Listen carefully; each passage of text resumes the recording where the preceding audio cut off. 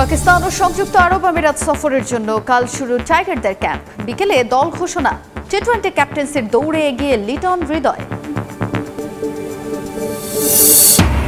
3 match সিরিজের প্রথম ওয়ানডেতে কাল নিউজিল্যান্ডের মুখোমুখি হবে বাংলাদেশ এ দল। সিলেটে শেষ মুহূর্তের প্রস্তুতি ঝালিয়ে নিল স্বাগতিকরা।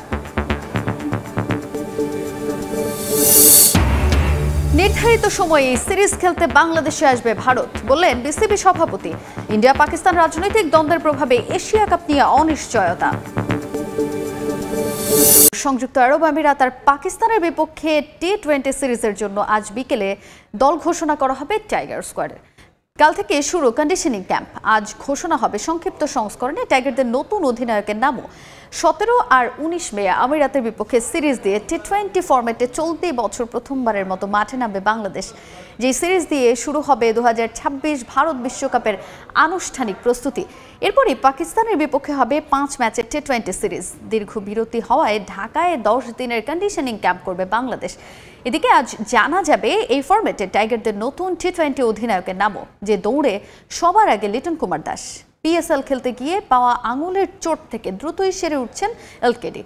আর পায়ের ইনজুরি থেকে পুরোপুরি সেরে না ওঠায় নাম কাটা গেছে পেসার তাসকিন আহমেদের। সংক্ষিপ্ত সংস্করণের অধিনায়ক হওয়ার তালিকায় তাওহিদ হৃদয়ের নাম থাকলেও সদ্য সমাপ্ত ডিপিএল এর নেতিবাচক আচরণে সে সম্ভাবনা ক্ষীণ তার। এই 2 সিরিজের জন্য 15 মে ঢাকা ছাড়বে বাংলাদেশ দল। কোনো ফ্যাসিস্টের সঙ্গে জড়িত থাকলে এই সরকারের আমলে কখনোই বিসিবির দায়িত্ব পেতেন না বলে মন্তব্য করেছেন বিসিবি সভাপতি ফারুক আহমেদ।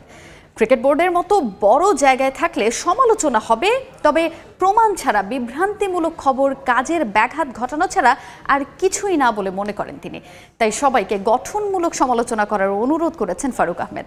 এদিকে নির্ধারিত সময়েই দ্বিপাক্ষিক সিরিজ খেলতে ভারত বাংলাদেশে আসবে বলেও প্রত্যাশা তার। ক্রিকেট এবং দেশ, তারপরে আমরা বাকি সবাই যারা আছি।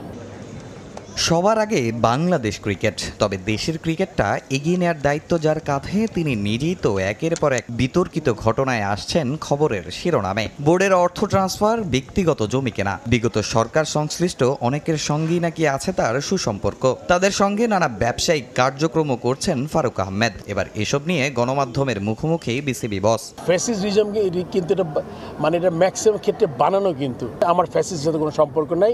বিন্দুমাত্র কোনো সংশ্লিষ্ট থাকতো আমার, তাহলে কিন্তু আমি এখানে আসতাম না।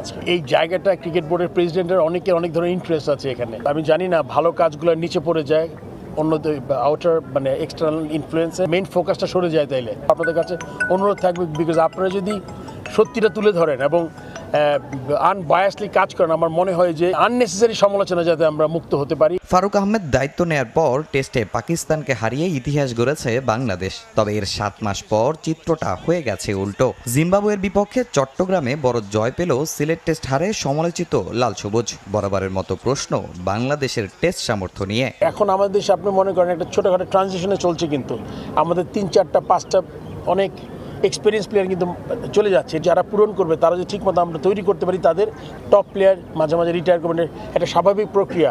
কিন্তু আমাদের নজর রাখতে হবে যে আমাদের পাইপলাইনটা আমরা ঠিকমতো এগিয়ে দিতে পারছি কিনা। আমাদের পাইপলাইন আপনার এখনও জিনিসটা ভাঙা অবস্থায় আছে, এটি নিয়ে আমাদের আরও বিশাল পরিকল্পনা করতে হবে। তৃতীয় বিভাগ মূল পর্বে সুযোগ পাওয়া 2 দলের হাতে ট্রফি তুলে দেন বোর্ড সভাপতি। এই টুর্নামেন্টের বিগত দিনের দুর্নীতি খুঁজতে দুদক অভিযান চালায় বিসিবিতে। ব্যক্তিগত স্বার্থে এই টুর্নামেন্ট আর ব্যবহার হবে না বলে জানান ফারুক। আমার আশা থাকবে এখান থেকে র ট্যালেন্ট বেরোবে, এবং এটা আর যাতে কখনোই এটা অন্য কেউ কোনো ব্যক্তিগত স্বার্থ চরিতার্থ করার জন্য যাতে এটা ইনফ্লুয়েন্স করতে না পারে। এদিকে দ্বিপাক্ষিক সিরিজের জন্য এবছরের আগস্টে বাংলাদেশে আসার কথা ভারতের। তবে দেশটির গণমাধ্যমের দাবি এই সিরিজ না হওয়ার সম্ভাবনাই বেশি, যদিও বিসিবি বস আশাবাদী সূচি অনুযায়ী সিরিজ মাঠে গড়ানোর বিষয়ে। ওরা কিন্তু পুরো ট্যুর কনফার্ম করেছে এবং আইটিনারি তৈরি হয়ে গেছে। বাংলাদেশ শ্রীলঙ্কা অনূর্ধ্ব-19 ওয়ানডে সিরিজের খবর জানাবো এবারে। চতুর্থ ম্যাচেও দাপুটে জয় পেয়েছে ইয়াং টাইগাররা। স্বাগতিক শ্রীলঙ্কাকে 146 রানে হারিয়েছে আজিজুল হাকিমের দল। প্রথমে ব্যাট করে জাওয়াদ আবরারের সেঞ্চুরিতে 8 উইকেটে 336 রান সংগ্রহ করে বাংলাদেশ অনূর্ধ্ব-19 দল। জবাবে 190 রানে অল আউট হয় লঙ্কানরা। ওপেনিংয়ে জাওয়াদ আবরার আর কালাম সিদ্দিক মিলে 49 রানের জুটি করেন। কালাম আউট হলে আজিজুল হাকিম চেষ্টা করেন জুটি করার, তবে লম্বা করতে পারেননি জুটি। এরপর রিজান আর জাওয়াদ আবরার মিলে লম্বা জুটি করেন। সিরিজের দ্বিতীয় সেঞ্চুরির দেখা পেয়েছেন জাওয়াদ আবরার। 82 রানে ফেরেন রিজান। অনূর্ধ্ব-19 স্তরে সর্বোচ্চ 336 রানের পুঁজি পায় বাংলাদেশ। জবাবে স্বাগতিকরা খুব একটা সুবিধা করতে পারেনি এদিন। দ্রুত উইকেট হারায় তারা 36 রানে টপ অর্ডার তুলে নেন ইয়াং টাইগাররা। বিমাদ দিনসারার 66 আর রাসিথের 39 রানে 190 রানে অল আউট হয় লঙ্কান যুবারা। 146 রানের জয়ের সঙ্গে সিরিজে 3-1 ব্যবধানে এগিয়ে বাংলাদেশ। অনুভূতি, দেশের জন্য সেঞ্চুরি করতে পেরেছি, তাও 3 ম্যাচে 2টা। সো এটা মানে খুব ভালো লাগছে। আমার জন্য টিম জিততে পেরেছে, আমার একটা কন্ট্রিবিউশন ছিল। সো এটার জন্য অনেক হ্যাপি। নেক্সট টার্গেট ইনশাল্লাহ আমাদের ওয়ার্ল্ড কাপ আছে সামনে। সো আমাদের টিমটাও মোটামুটি আলহামদুলিল্লাহ ব্যালেন্সড, অনেক batting wise, fielding wise, bowling wise. So আশাবাদী আমরা ভালো কিছু করবো ইনশাল্লাহ। নিজেদের বেস্ট ক্রিকেটটা খেলবো, আমাদের যে পোটেনশিয়াল, ওই পোটেনশিয়াল অনুযায়ী খেলতে পারলে ইনশাল্লাহ আমরা ভালো কিছু অ্যাচিভ করবো। এবারে এ দলের খবর জানাবো। 3 ম্যাচ সিরিজের প্রথম ওয়ানডেতে কাল নিউজিল্যান্ড এ দলের মুখোমুখি হবে বাংলাদেশের দল। এই মুহূর্তে সিলেট আন্তর্জাতিক ক্রিকেট স্টেডিয়ামে আছেন আমার সহকর্মী অপু বণিক।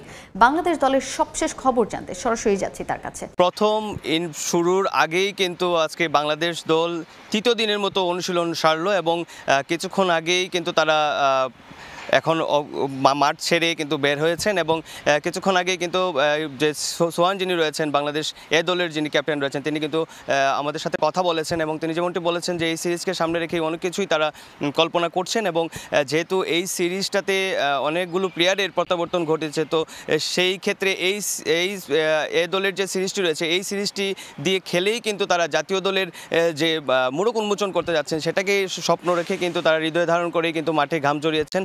আজকে আমরা যেমনটি দেখেছি সকালে ঠিক 9:40-এ কিন্তু বাংলাদেশ এ দলের যে বহনকারী যে বাসটি রয়েছে সেই বাসটি কিন্তু মাঠে আসে এবং সিলেটের আউটার যে গ্রাউন্ডটি রয়েছিল সেই গ্রাউন্ডটিতে কিন্তু তারা অনুশীলনে খুব ব্যস্ত সময় পার করেছেন। আমরা তাদেরকে অনেক উচ্ছ্বসিত দেখেছি।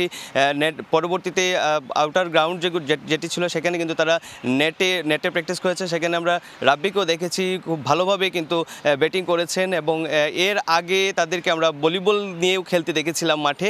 এবং যেহেতু আগামীকালতে ম্যাচটি শুরু হচ্ছে, তো সেই ম্যাচকে ঘিরেই কিন্তু বাংলাদেশ এ দলের যিনি কোচ রয়েছেন মিজানুর রহমান বাবুল, তার সাথেও কিন্তু আমরা কথা বলেছি। তিনি যেমনটি বলেছেন আসলে এই সিরিজটাকে ঘিরে কিন্তু অনেকগুলো প্লেয়ারের দিক কিন্তু উন্মোচিত হবে এবং বাংলাদেশ এ দলে যারা এই ম্যাচে অংশগ্রহণ করছেন তাদের থেকে যদি ভালো কোনো পারফরমেন্স আসে তো সেই ক্ষেত্রে জাতীয় দলে চান্স পাওয়ার কথা রয়েছে। এবং আমরা আরেকটা বিষয় আপনাদেরকে বলতে চাই, ফিল সিমন্স যিনি হেড কোচ রয়েছেন তাকেও কিন্তু আজকে আমরা মাঠে লক্ষ্য করেছিলাম। কোনো ফ্যাসিস্টের সঙ্গে জড়িত থাকলে এই সরকারের আমলে কখনোই বিসিবির দায়িত্ব পেতেন না বলে মন্তব্য করেছেন বিসিবি সভাপতি ফারুক আহমেদ। ক্রিকেট বোর্ডের মতো বড় জায়গায় থাকলে সমালোচনা হবেই, তবে প্রমাণ ছাড়া, বিভ্রান্তিমূলক খবর, কাজের ব্যাঘাত ঘটানো ছাড়া আর কিছুই করবে না বলে মনে করেন তিনি। তাই সবাইকে গঠনমূলক সমালোচনা করার অনুরোধ করেছেন ফারুক আহমেদ। এদিকে নির্ধারিত সময়ে দ্বিপাক্ষিক সিরিজ খেলতে ভারত বাংলাদেশে আসবে বলেও প্রত্যাশা তার।